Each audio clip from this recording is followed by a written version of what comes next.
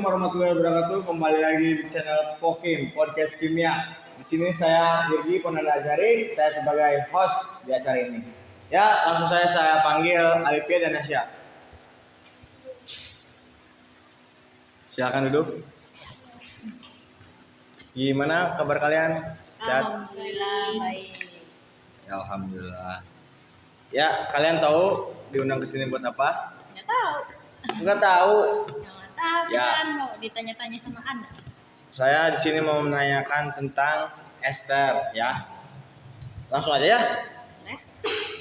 Nih, sebelumnya boleh nggak jelasin apa itu ester? Saya mau nanya, mau tahu.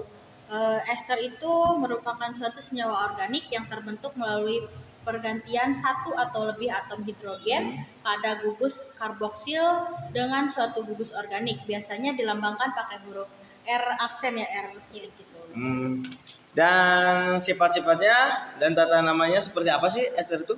Kalau sifat-sifat ester itu dibagi jadi dua, Ya. ada sifat kimia sama sifat fisika. Yang mau dijelasin sifat kimia dulu ya. Ya. Kalau sifat kimianya itu ada ester itu sebenarnya bersifat netral dan tidak bereaksi dengan logam natrium dan PCl3.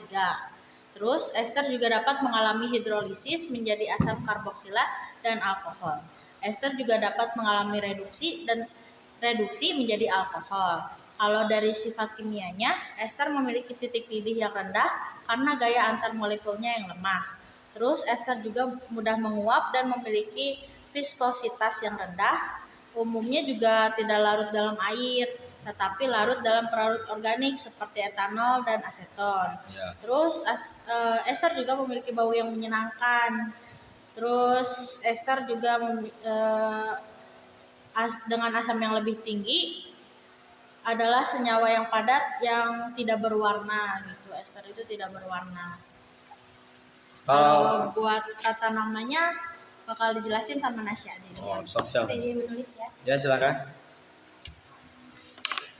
Baik, untuk tata nama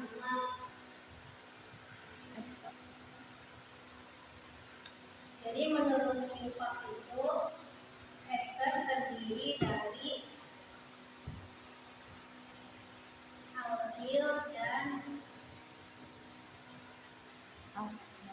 alkanoat. Nah, gugus fungsinya itu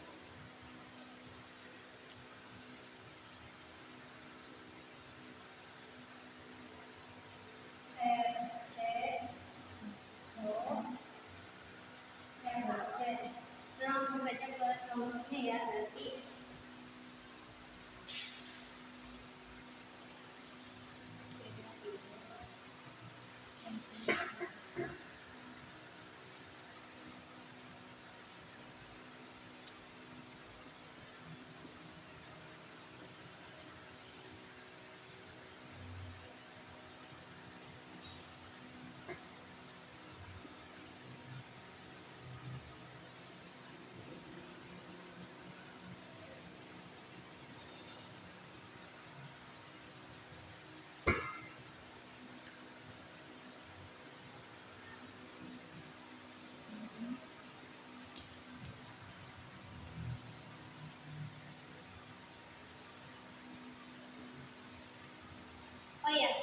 sebelumnya dulu berarti bagian ini itu adalah alkil. Nah, untuk bagian ini alkanoat.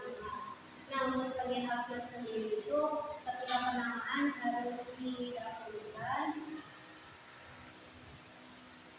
sedangkan alkanoat di bagian nanti akhiran namanya itu harus ditambahkan at atau kawan. Langsung saja. Untuk ester ini yang bagian C itu harus di nomor 1 ya, wajib nomor 1 karena terletak di ujung, jadi harus nomor 1.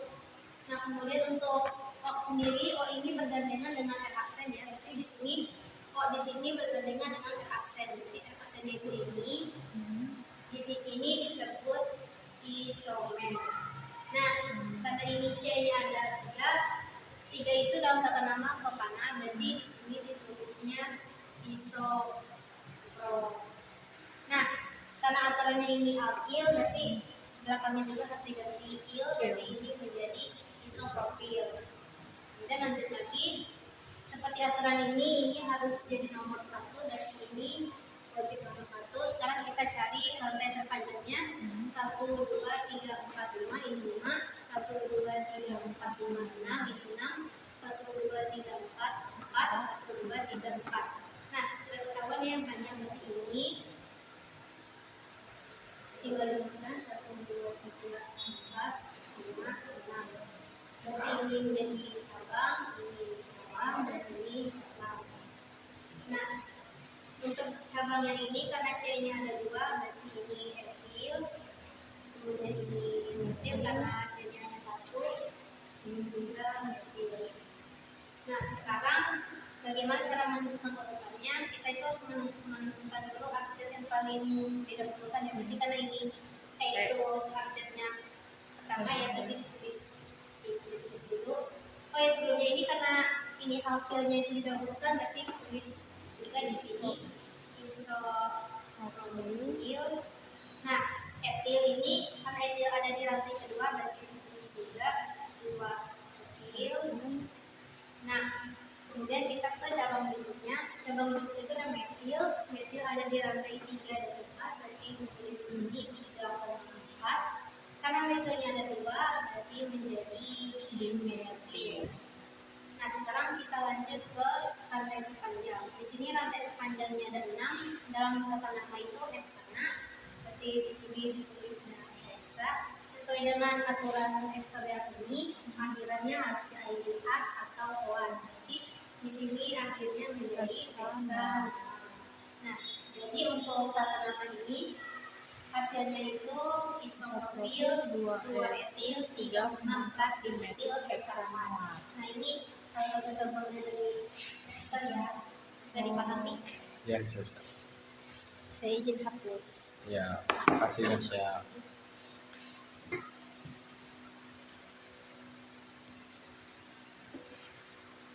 Oh iya, Alifia.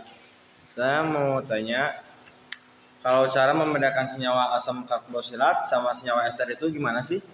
Kalau cara membedakannya bisa dari 2.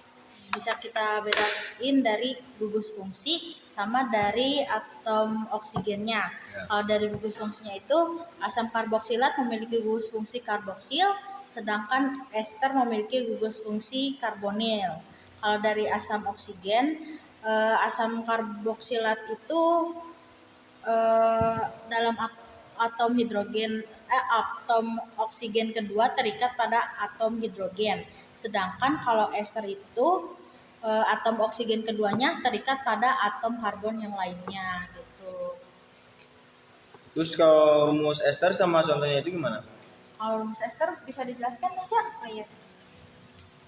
Nah, jadi untuk rumus ester ini bisa diketahui dari reaksi ester. Nah, sebenarnya ada banyak ya reaksi ester itu, tapi yang paling terkenal itu reaksi hidrolisis.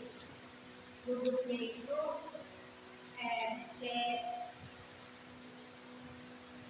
ditambah O ditambah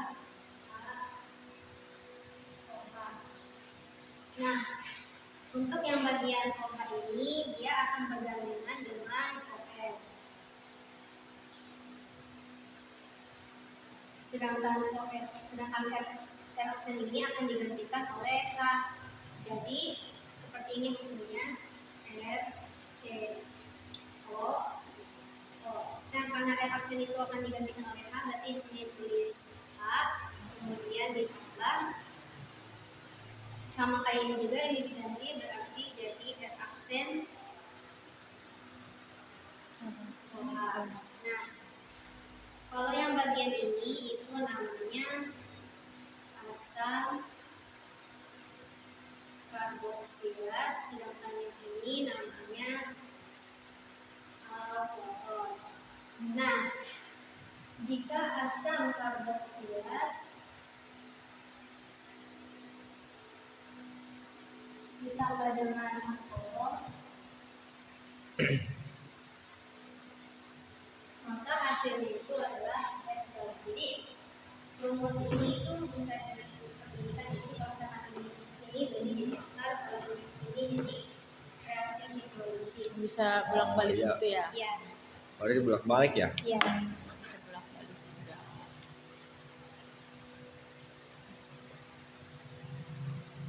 Kalau pembentukannya bagaimana sih, Pia? Kalau pembentukannya, Nasya gimana pembentukannya? Yang tadi Yang tadi itu, itu Oh. rumus umum itu sudah termasuk dengan cara oh pembentukannya. pembentukannya Pembentukannya. ya. Pembentukan ester itu di pembentukan tadi yang reaksi tadi itu disebut reaksi esterifikasi. Nah, tadi yang rumus bolak-balik itu, Oh. nah ini namanya itu reaksi esterifikasi, Oh, reaksi iya. pembentukan ester. Dan katanya ester itu mengandung bau ya. Hmm. Bau ester itu gimana sih? Bau khasnya ester Ya. itu mirip sama buah-buahan kayak jeruk, pisang, nanas. Terus bau khas ini disebabkan dari interaksi antara alkohol dengan gugus karboksilat. Terus ada lagi ya apa dari Oh, iya. yang itu tuh? Di sini ada lagi misalkan metil etanoat, itu aromanya wangi seperti lem atau pengencer cat. Terus ada etil etanoat, wanginya seperti pembersih kutek atau pelarut organik. Terus ada metil butanoat, wanginya apel. Terus ada etil butanoat, wangi nanas, dan propil etanoat, wanginya pir. Masih banyak lagi ya, Masih yang banyak cuma ya. Berarti ester itu sangat berguna ya untuk kehidupan sehari-hari, bermanfaat juga. Bisa buat untuk membuat parfum itu Ya, ya. karena tadi wangi. Nah, yang terakhir ini kita kira-kira ester itu larut apa enggak dalam air? Kalau ester itu ester yang kecil itu cukup larut dalam air, tetapi kelarutannya menurun seiring panjangnya panjangnya rantai. Alasan untuk kelarutannya adalah bahwa meskipun ester tidak dapat membentuk ikatan hidrogen dengan dirinya sendiri, mereka dapat membentuk ikatan hidrogen dengan molekul air gitu. Bisa larut, tapi yang ester yang kecil gitu ya. Gitu ya. Oh, oke ya, terima kasih untuk Pia dan Nasya. Terima kasih juga. Nah guys, jadi kalian bisa tahu kan apa tentang ester itu apa? Karena sudah dijelasin tadi oleh Nasya dan Alipia. Semoga bisa membantu dan bisa membuat kalian lebih memahami lagi.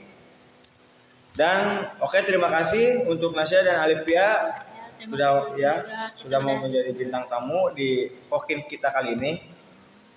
Dan sekian, jangan lupa komen, like, dan subscribe di channel Pokim. Dan ditutup dari topik budaya. Wassalamualaikum warahmatullahi wabarakatuh. Waalaikumsalam. Bye.